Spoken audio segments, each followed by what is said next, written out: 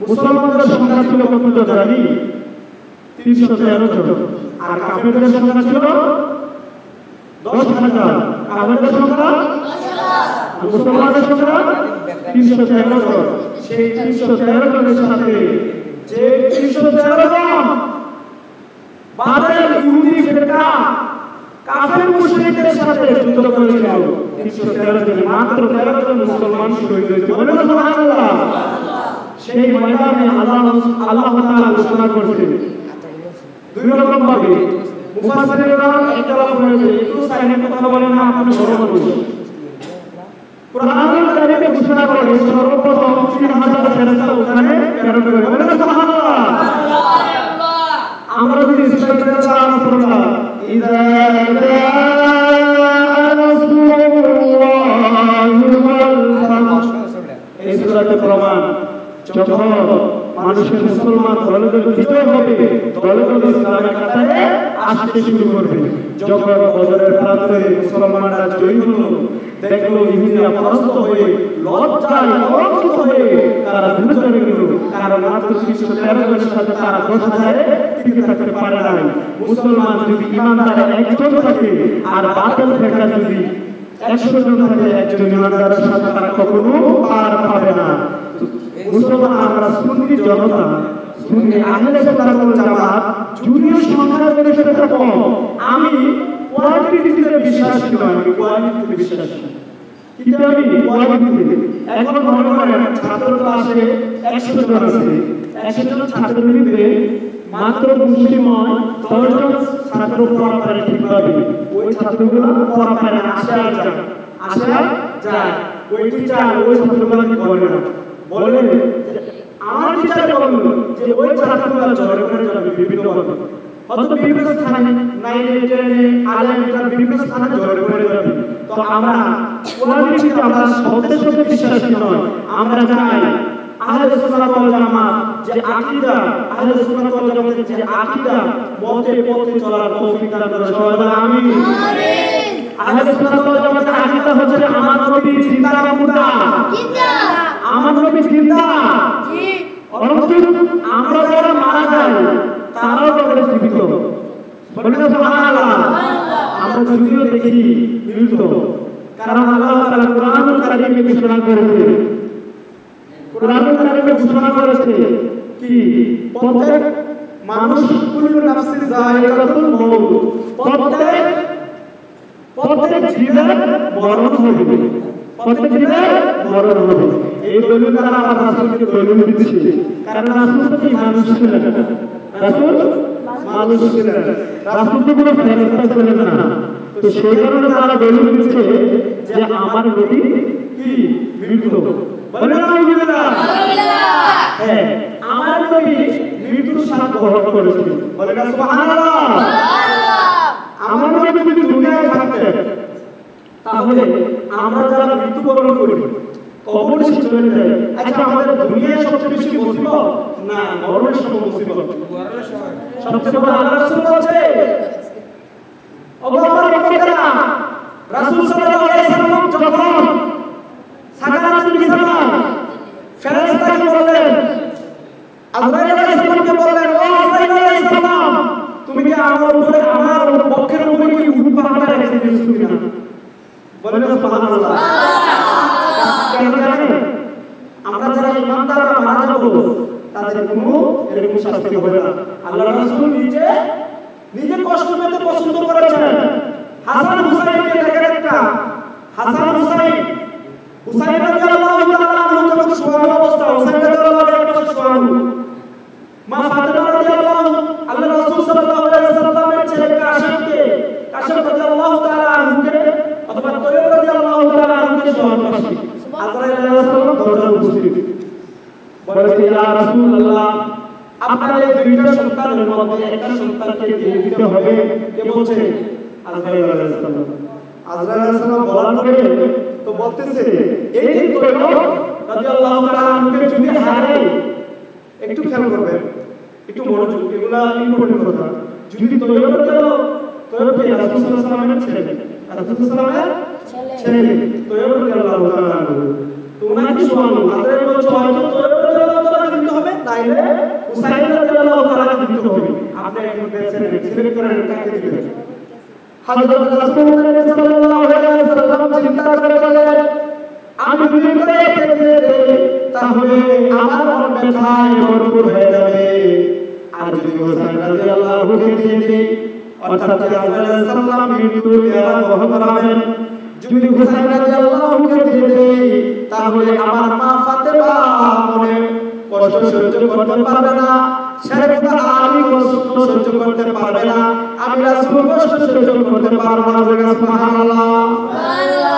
রাসূল সাল্লাল্লাহু আলাইহি ওয়াসাল্লাম চিন্তা করলেন, করার পরে বললেন, ও আজরাইল আমার ছেলে তরফে নিয়ে যাও। সুবহানাল্লাহ। তাকবীর, আরে তাকবীর, আরে রিসালাত, আরে রওশিয়া, পবিত্র ঈদে মিলাদুন নবী, পবিত্র ঈদে মিলাদুন নবী। রাসূল সাল্লাল্লাহু আলাইহি ওয়াসাল্লাম আজরাইল আলাইহিস সালামকে অনুমতি দিলেন, ও আজরাইল সালাম আমার ছেলেকে নিয়ে যাও, কিন্তু হুসাইনকে দেয় নাই। হুসাইনের প্রতি এত মায়া মহব্বত করেছিল, সেই হুসাইনকে এই বাতিল ফিরকায়ে বাতিলরা হুসাইনকে যারা শহীদ করেছে তারা কি মুসলমান না খ্রিস্টান ছিল? আমি জানতে চাই। মুসলমান ছিল। হুসাইনকে তারা শহীদ করেছে, তারা মুসলমান ছিল। হুসাইন রাদিয়াল্লাহু তাআলা আনহুকে চিঠি দিয়েছিল 12,000, কোন কিতাব রিওয়ায়াত করে 1200, কোন কিতাব রিওয়ায়াত করে 150 চিঠি দিয়েছিল। কত চিঠি দিয়েছিল? মুসলমানরা দিয়েছিল, হুসাইন আপনি আসেন, আমি আপনার হাতে বায়াত রাসূল গ্রহণ করব। বলেন সুবহানাল্লাহ। কিন্তু তারা সেই কুফাররা ছিল মুনাফিক। সেই মুনাফিকেরা কি করলো? হুসাইন রাদিয়াল্লাহু তাআলার সাথে বেঈমানি করলো। তারপরে কি করলো? তারা কিন্তু মুসলমান ছিল। এজিদ কিন্তু ছিল কি? মুসলমান ছিল।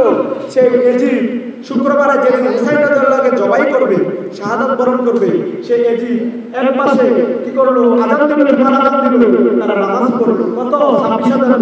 কত? 26,000 মুসলমান। আরেক পাশে আযান দিল হুসাইনি কাফেলা। কতজন?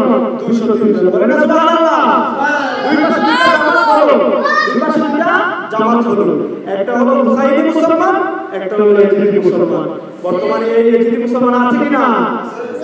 যে নবীর উপর দুরূদ পড়লে বাধা দিচ্ছে। আচ্ছা, আমার একটা প্রশ্ন, রাসূলের উপর দুরূদ পড়া কি নাজায়েজ? না। রাসূল সাল্লাল্লাহু আলাইহি ওয়াসাল্লামের উপর দুরূদ পড়া কে বলেছেন? আল্লাহ তাআলা। আল্লাহ তাআলা প্রমাণ আছে কি না? সূরা আল-হাজ 56 নম্বর আয়াত। সকল ওয়াহাবিগণ খারিজিগণ সব আলেমরা এই আয়াতটা পড়ে মিলাদ শরীফে যান।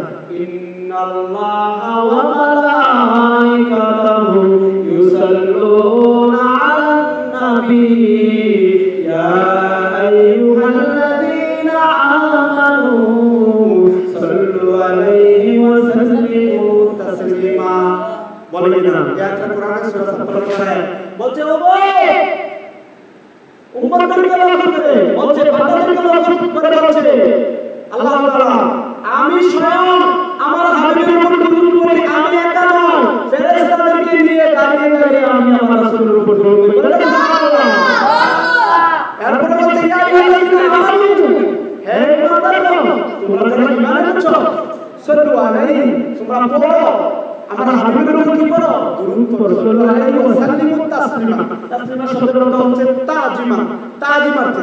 এখন আমার বড় যদি উস্তাদ আসে, আমি কি বসে থাকবো এখানে? না। কি করব? বসে মুখে সামনে দেব না? আমি যদি দুনিয়ার উস্তাদকে, সে যেই উস্তাদ কোনো কাজে আসবে না, কখন কাজে আসবে না, কারণ কি?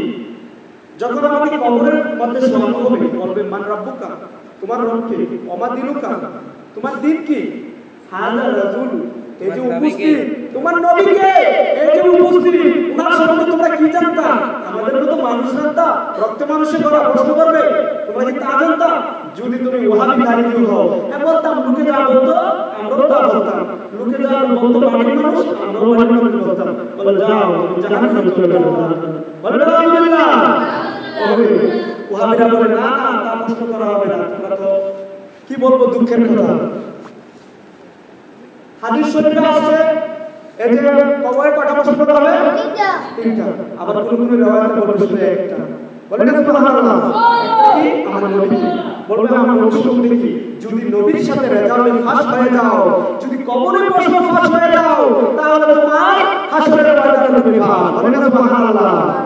বলেন না তুমি ঘুমিয়ে পড়ো, নতুন দুলহার মতো তুমি ঘুমিয়ে পড়ো। যারা আয়াত থেকে চলে যাচ্ছি, রাসূল সাল্লাল্লাহু আলাইহি ওয়াসাল্লাম বলেছেন, আবু দাউদ শরীফের হাদিস, মাজাহ শরীফের হাদিস, তিরমিজি শরীফের হাদিস, আবু দাউদ শরীফের হাদিস 2034 নম্বর হাদিস।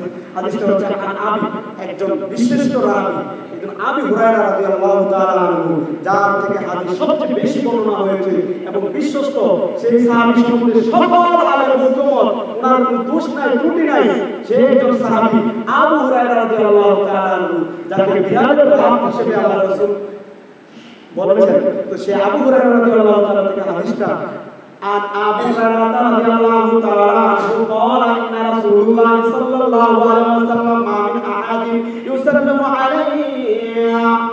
এই হাদিসটা রাসূল সাল্লাল্লাহু আলাইহি ওয়াসাল্লাম বলেছেন কোথায়? আবু দাউদ শরীফে হাদিসটা বলেছেন। তো এখানে এই হাদিস নাম্বার কত? 2034 নম্বর হাদিস। তো এই হাদিসে বলতেছে রাসূল সাল্লাল্লাহু আলাইহি ওয়াসাল্লাম জীবিত। বলেন সুবহানাল্লাহ। হাদিস সহিহ, হাদিস সহিহ, দুর্বল নাই।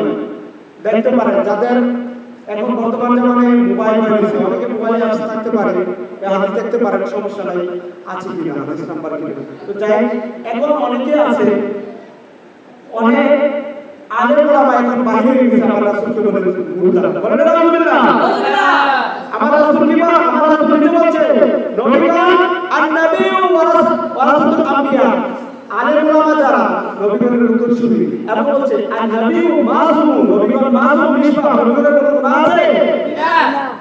আব্দুল্লাহ মুফতি জামাতের যিনি নেতা, জামাতের যিনি প্রতিষ্ঠাতা, আব্দুল্লাহ মুফতি, ওনার একটা তাফসীরের তাফসীরুল কোরআন, কি এটা আমার কাছে আছে সব। এই কিছুদিন আপনার মজুদ ছিল, আমি দেখছি তাফসীরটা, তাফসীরের খণ্ড নাম্বার 19, এটা 19 খণ্ডের তাফসীরটা। কত নাম্বার? 19 খণ্ডের তাফসীর। 19 নম্বর তাফসীরে 19 নম্বর তাফসীরের মধ্যে সূরা নাসর, ইযা জাআ নাসরুল্লাহ, এই তাফসীর করতে গিয়ে সে বলছে আমার রাসূলের গুনাহ ছিল। বলেন আলহামদুলিল্লাহ। এটা আমার রাসূলের গুনাহ হবে, সে সাথে সাথে কাফের হবে, সাহাবার বেরানা। কি বলে? বলেন সুবহানাল্লাহ। এখন বর্তমানে কিছু সংখ্যক লোক বলছে আমার রাসূল মুর্দা, আমার রাসূল অর্থাৎ মৃত্যু। বলেন আলহামদুলিল্লাহ। তারা সিরাতুল নবী মানে না, আমরা তো সিরাতুল নবী মানে মিলাদুল নবী মানে। আপনি যদি জন্মকে অস্বীকার করেন, আপনি যদি জন্মকে অস্বীকার করেন, তাহলে আপনার কর্মটা কি কোনো মূল্য আছে? যে ব্যক্তি বলবে আমার রাসূল ঈদে মিলাদুল নবী মানবে না, আমি বলবো সে শিরক আকবার। কারণ কি? আচ্ছা, আল্লাহর কোনো জন্ম আছে? কোরআন কি? সূরা ইখলাস, কুল হুয়াল্লাহু আহাদ আল্লাহুস সামাদ লাম ইয়ালিদ ওয়া লাম ইউলাদ ওয়া লাম ইয়াকুল লাহু কুফুয়ান আহাদ। আল্লাহর কোনো জন্ম নাই, আল্লাহর কোনো ছেলে নাই, আল্লাহর কোনো সন্তান নাই, আল্লাহর কোনো বেবি নাই, আল্লাহর কোনো মওত নাই, আল্লাহ আউয়াল, আল্লাহ আখির, আল্লাহ সব জায়গায় বিরাজমান। বলেন সুবহানাল্লাহ। আর রাসূল সাল্লাল্লাহু আলাইহি ওয়াসাল্লামকে সৃষ্টি করেছেন কে? কে করেছেন? আল্লাহ তাআলা। যে জিনিসের সৃষ্টি আছে সেই জিনিসের শেষও আছে। আমার রাসূলকে সৃষ্টি করেছেন আল্লাহ তাআলা, যাকে নূর থেকে জুতা। বলেন সুবহানাল্লাহ। রাসূল সাল্লাল্লাহু আলাইহি ওয়াসাল্লাম পুরো মৃত্যু নবী না, রাসূল সাল্লাল্লাহু আলাইহি ওয়াসাল্লাম হলো জীবিত নবী। বাস্তবে একটা প্রমাণ, আমার নবী যে কবরে জীবিত, ইহুদিরাও জানে। বলেন সুবহানাল্লাহ। ছোট ঘটনা বলি, পশ্চিমা ইহুদিরা একদিন নবী করিম সাল্লাল্লাহু আলাইহি ওয়াসাল্লামের লাশ মুবারক চুরি করার জন্য মনস্থ করলেন। তারা কি করলেন?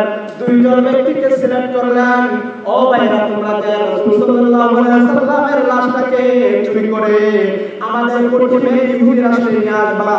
যারা মদিনা শরীফে হজ করতে যায়, তারা যদি মক্কা শরীফে গিয়ে রাসূল সাল্লাল্লাহু আলাইহি ওয়াসাল্লামের কবর জিয়ারত করে, তাহলে তাদের হজ কবুল করে নেবে। বলেন সুবহানাল্লাহ। বলে না, যদি আমার রাসূলকে যদি তোমরা যদি রাসূল ওই মুহাম্মদকে যদি নিয়ে আসো, তাহলে আমরা জুরগলায় বলতে পারবো যে মদিনায় তোমরা রওজা পাকে জিয়ারত করো, সেই রওজায় রাসূল নাই। বলেন আলহামদুলিল্লাহ। তারা কিছু টাকা পয়সা দিয়ে ওই ইহুদি দুইজনকে দিয়ে দিল। তারা দিন হয়তো করে, তারা দিন হলে মানুষকে বলে ভাই আসেন নামাজ পড়ি, তাসবিহ টুপি, তাদের মাথায় ছিল পাগড়ি, সাদা পোশাক, ওরে কত বড় সুন্দর। কিন্তু রাত্রে হলে আমার নবীর রওজা পাকের দিকে গর্ত করত। বলে না আলহামদুলিল্লাহ, আমার নবীর রওজা থেকে একটু দূরে একটা নবীর শিবির স্থাপন করলো। সেই শিবিরে বসে বসে তারা দিন হলে মানুষকে টাকা পয়সা সাহায্য দিত। কিন্তু তাদের উদ্দেশ্য ছিল কি? রাসূল সাল্লাল্লাহু আলাইহি সাল্লামের লাশ চুরি করা, লাশ মুবারক চুরি করা। কিন্তু হঠাৎ কিতাব প্রমাণ করে বাদশা নুরউদ্দিন, সেই সময় একজন বাদশা ছিল, ওই সময় 12 জন বাদশা স্বপ্নে দেখে আমার নবীর লাশ মুবারক কি যেন হচ্ছে। রাসূল সাল্লাল্লাহু আলাইহি সাল্লাম বলতেছে, ও বাদশা নুরউদ্দিন, আমাকে তুমি হেফাজত করো। বাদশা নুরউদ্দিনকে স্বপ্নে যুগে গা শিরে উঠে বাদশা নুরউদ্দিনকে ওই দুইজন ব্যক্তিকে চেহারা দেখাই দিল। আল্লাহর রাসূল দেখাতে পারে কিনা? পারে কিনা? আল্লাহর ওই ক্ষমতা আছে কিনা? বাদশা নুরউদ্দিনের জন্য আল্লাহ বলে বলে সুবহানাল্লাহ। আল্লাহর রাসূল সাল্লাল্লাহু আলাইহি সাল্লাম তাকে দেখাইয়া দিল। কিন্তু ওই বাদশা নুরউদ্দিন যখন স্বপ্নে দেখলেন, সেই সময় রাসূল সাল্লাল্লাহু আলাইহি সাল্লামের রওজা মাত্র 1.5 হাত বাকি রয়েছে পুরার জন্য।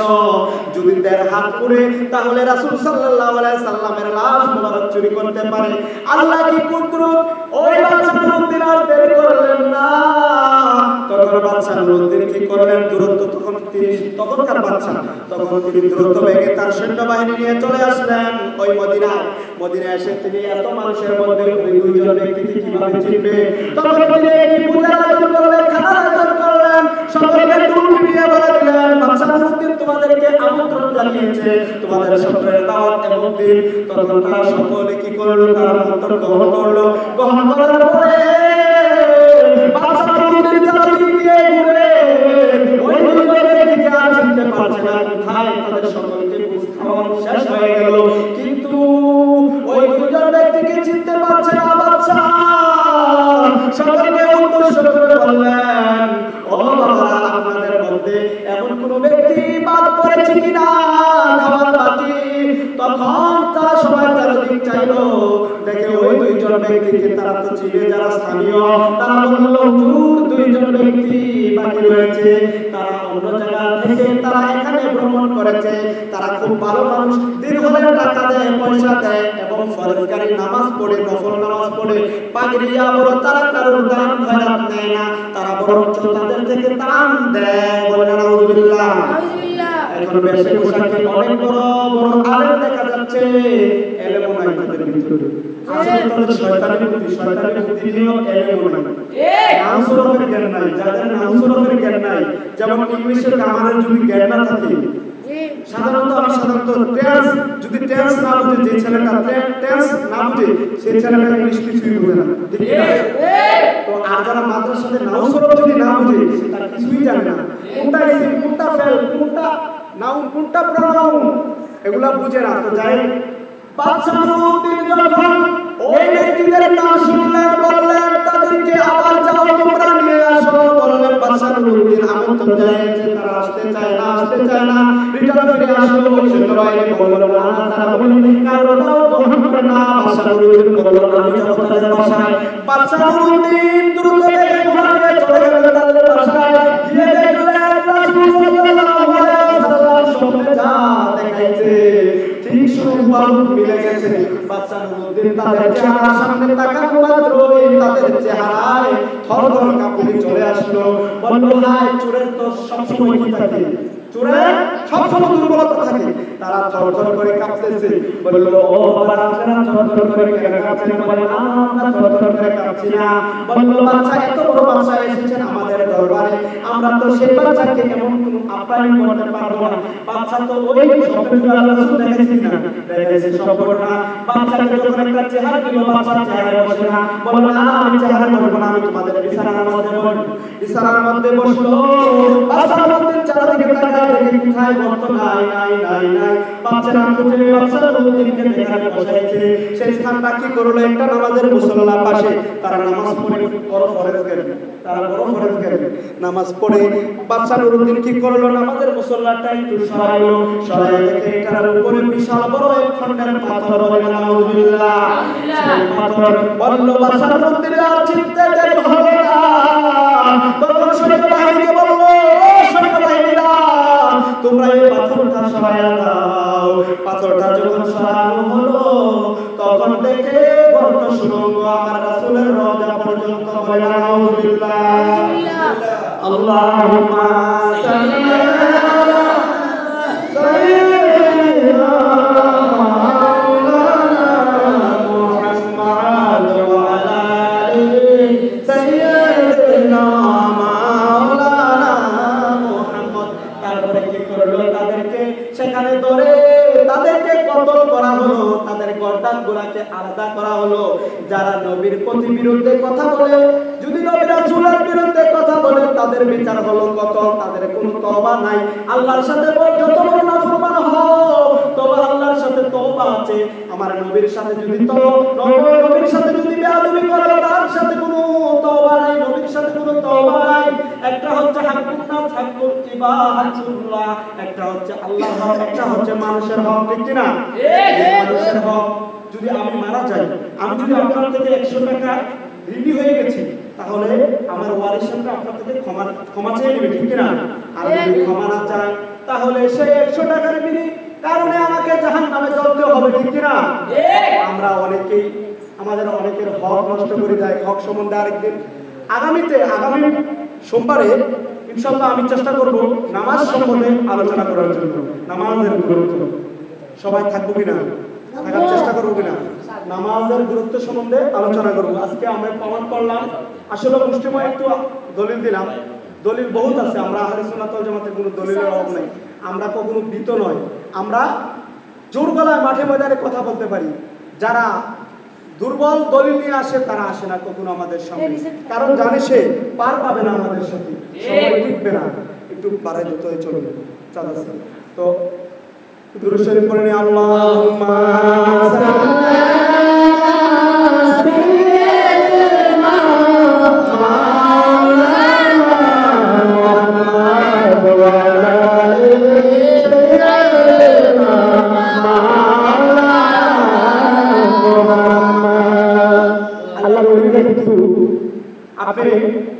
আপনি যদি একজন সুস্থ সবল মানুষ হতে চান, একটা ফলো করবেন, মানসিক চেষ্টা করবেন।